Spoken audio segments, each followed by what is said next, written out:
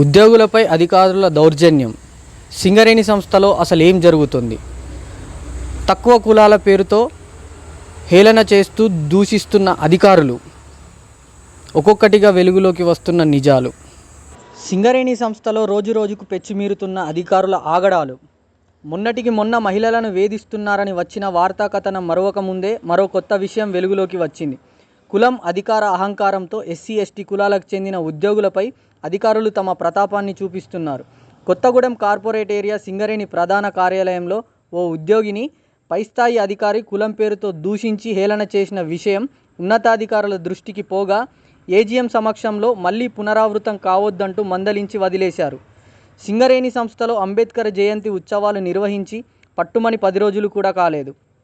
యాజమాన్యం లక్షల రూపాయలు ఖర్చు చేసి నిర్వహించిన వేడుకల పూలదండలు, అలంకారాలు చెరిగిపోక ముందే అవమానాలు తప్పట్లేదు. సంస్థ గొప్పలు చెప్పడమే తప్ప ఎస్సీ, ఎస్టీ, మైనారిటీలను దూషిస్తూ చిన్నచూపు చూస్తున్న అధికారులపై చట్టపరమైన చర్యలు మాత్రం తీసుకోవట్లేదు. ఎస్సీ, ఎస్టీ చట్టాలపై అధికారులకు సరైన అవగాహన లేని కారణంగా హేళన చేసి మాట్లాడుతున్నారు.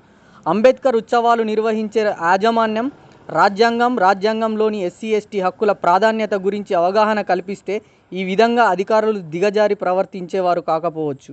అంతేకాక ఈ నెల 14వ తేదీన నిర్వహించిన అంబేద్కర్ జయంతి ఉత్సవాల్లో ప్రోటోకాల్ పాటించకుండా దళితులను అవమానించారంటూ RG3 ఏరియా ఎస్సీ, ఎస్టీ ఉద్యోగుల సంక్షేమ సంఘం కన్వీనర్ ప్రకటన కూడా విడుదల చేశాడు. ఇదే విధంగా అధికారులు ప్రవర్తిస్తే పెద్ద ఎత్తున ఆందోళనలు తప్పవని స్పష్టమవుతుంది. మరిన్ని సంచలనమైన వార్తల కోసం PI న్యూస్ తెలుగును సబ్స్క్రైబ్ చేయండి, లైక్ చేయండి, షేర్ చేయండి.